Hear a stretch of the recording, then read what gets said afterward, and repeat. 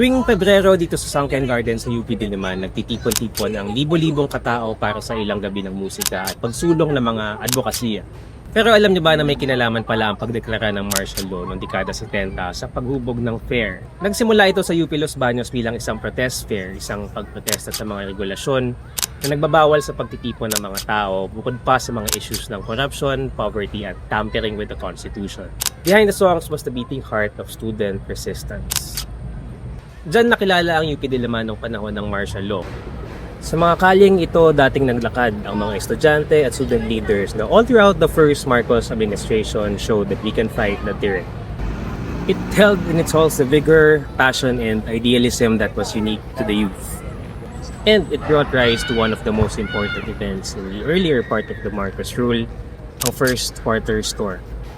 January 26, 1970, Sona ni Marcos Sr.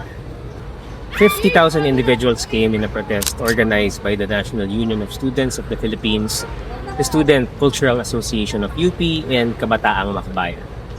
They wanted to fight back against the president's apparent desire to extend his rule and demanded for political reforms. This was the spark. A later January 30 protest became violent, leading to the deaths of 4 individuals with 162 wounded. It didn't stop the storm. It only fueled it further, lasting until March.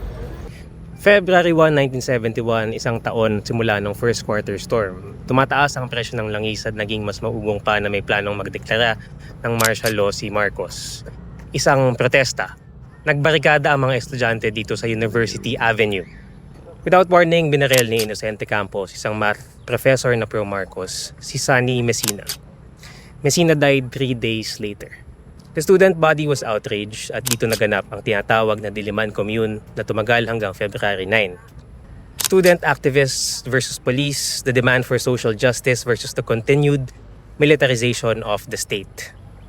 In the years that followed, the spirit of student dissent would continue.